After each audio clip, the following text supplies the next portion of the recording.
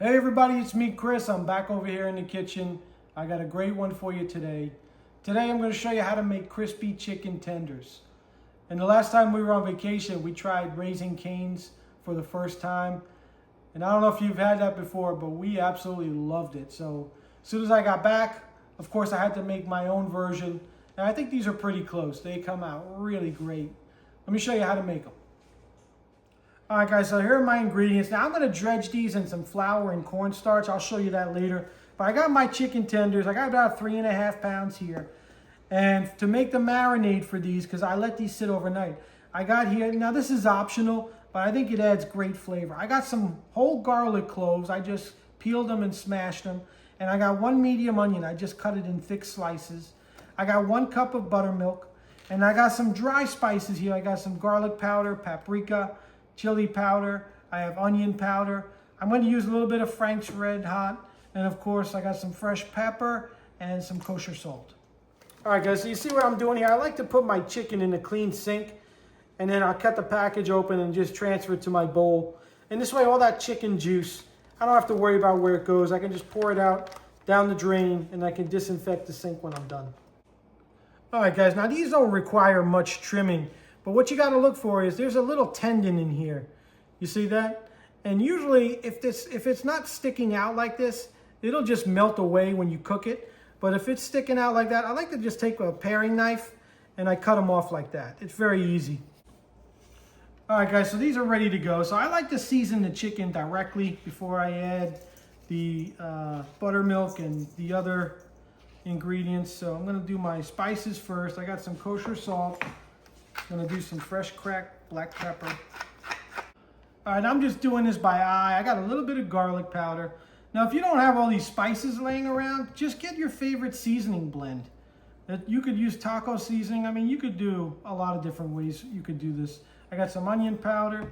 I'm going to do a little chili powder, a little bit of paprika. All right, now I'm just going to add some Frank's Red Hot, and not too much. These are for Jack. He's eating them. I don't want it too spicy. And then I'm going to go right in. I got my onions and I got my garlic. All right, then the last thing I'm going to do is my buttermilk.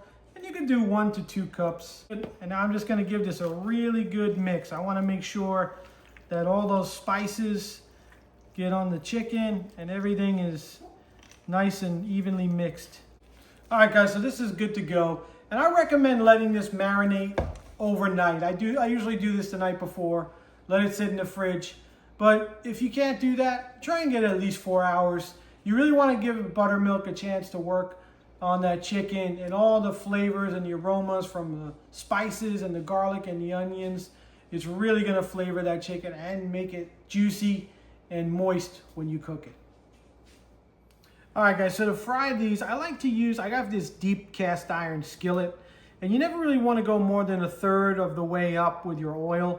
I'm just using some canola oil. You could use whatever frying oil you like. And then you need a thermometer because you want to get these to the right temperature. So I'm going to fry these at least 360, between 360 and 375. So I tend to use this digital thermometer. I can just shoot it and it'll tell me the temperature of the oil. But they also sell these digital thermometers, and this one clips to the side of the pot. And it'll tell you where your oil's at so that you know after each batch, you can get your oil back up to temperature. So I'm gonna go and heat this up and then we'll start to dredge our chicken. All right, guys, so for my dredge here, I got 2 cups of flour, just all-purpose flour. You may need more depending on how much you're making. And then I'm gonna add 1/2 cup of cornstarch. And the cornstarch just gives you a much drier, crispier exterior. It's gonna give you a really nice light crunch. And now to this, I'm going to add those same spices that I marinated it in. And I don't need a lot because my chicken's going to have tons of flavor. So I'm just going to put a little bit just to flavor the breading of each of those spices. I don't go too crazy with the seasonings here. So I already got a little of each of the onion powder, the chili powder, and the paprika. I'm just going to go a little bit of garlic powder. And I'm eyeballing it here. It's probably about 1/4 teaspoon of each. And then some fresh pepper. And then last thing, I'll just add a nice pinch of kosher salt. All right, and the last thing I'm gonna do is just give this a whisk to combine everything. All right, guys, so I got some clean gloves on. I'm gonna start to dredge my chicken. And I like to do it all at once before I start frying. So I have a cookie sheet here with some foil to make my cleanup a lot easier. And just start grabbing your chicken tenders. You want to make sure you pick off the onions or pieces of garlic that might be stuck to it. And I'm just going to press these in here and give them a really nice coating. All right, so these are looking really good. And you see I'm just really pressing on that flour to get a nice coating. Now, if you want, you could double dredge these. Some people do that. If you have some excess buttermilk mixture, just put it back into the wet and back into there. I don't think I need it. I like it just like this. But this looks pretty good. I'm going to do the rest of these and we'll be ready to start frying. All right, guys, so that's it. All my chicken is breaded. My oil's almost to temperature. And you could discard this, but if you wanted to, you see I got all these onion pieces. They're full of flavor. They've been marinating in that buttermilk. You could just toss these in the flour and deep fry these as well. You get little crispy onion bites. All right, guys, so I'm all ready to go here. Let me see. I'm getting close. Once this hits 375, I'm gonna put my chicken in. And you notice I got another pan here, so when they're done, I can drain them here. You could use a wire rack if you want to keep them crispy, but I'm not worried about that because I'm gonna make these in advance and keep them for Jack. I'll crisp them up in the air fryer as we use them. All right, guys, so these are ready to drop. And then very important, when you're frying anything with oil, you want to just gently lower it down and then drop it away from you. So I'm going to do it, probably fit like 4 or 5 at a time in this small pot. And then they're going to cook until they're nice and crispy and golden brown. But I'll also take the temperature just to make sure they're done. All right, guys, so these chicken tenders, they're small, so they don't take that long. Probably like 6 minutes or so.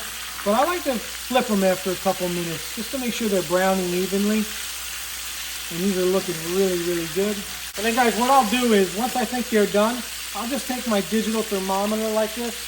I'll pick one up and I'll just take the temperature right in the middle. I want to make sure that at least they got to be cooked through, at least 165. All right, guys, so these look good. I already temped them. They're definitely past 165, nice and golden brown and crispy. I'm just going to transfer these over to my pan, and we'll start on the next batch.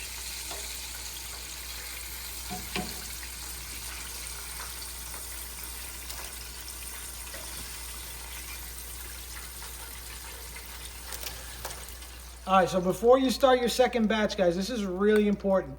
You got to take the temperature, and you can see the oil dropped all the way down to 307, 306.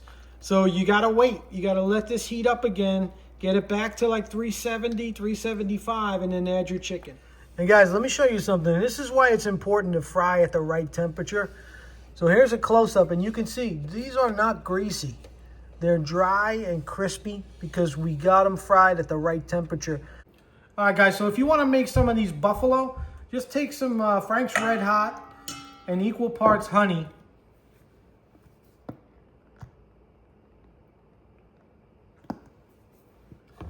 And then just give this a whisk, and you could just dunk your chicken tenders right into here. You could add some seasoning here as well if you want. I just like it like this.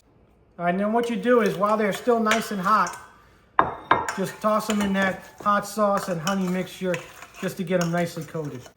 All right, guys, so this is what it looks like. So I got the plain here and my buffalo here. All we need now is some dipping sauce, and we're ready to try these. Chicken, chicken. All right, Jack, taste testing time. So check it out, everybody. Here's our nice crispy chicken tenders. We got the regular and the buffalo. All right, so Jack, you're gonna try regular. And look, I took those onion slices, I dredged them in the flour, and I fried them up so we got some little crispy onion bites as well. Let's give these a try, Jack. I'm gonna take a spicy. These came out so good, guys. You gotta try these crispy chicken tenders. And the key here is really that overnight marinade with the buttermilk. It's gonna give you a really moist, juicy, delicious chicken tender. And then the other key, when frying, make sure your oil's up to temp. You gotta have 360, 375 each batch you fry, and you'll get that nice, crispy, dry exterior. It won't be oily or greasy. Hey, I hope you try these.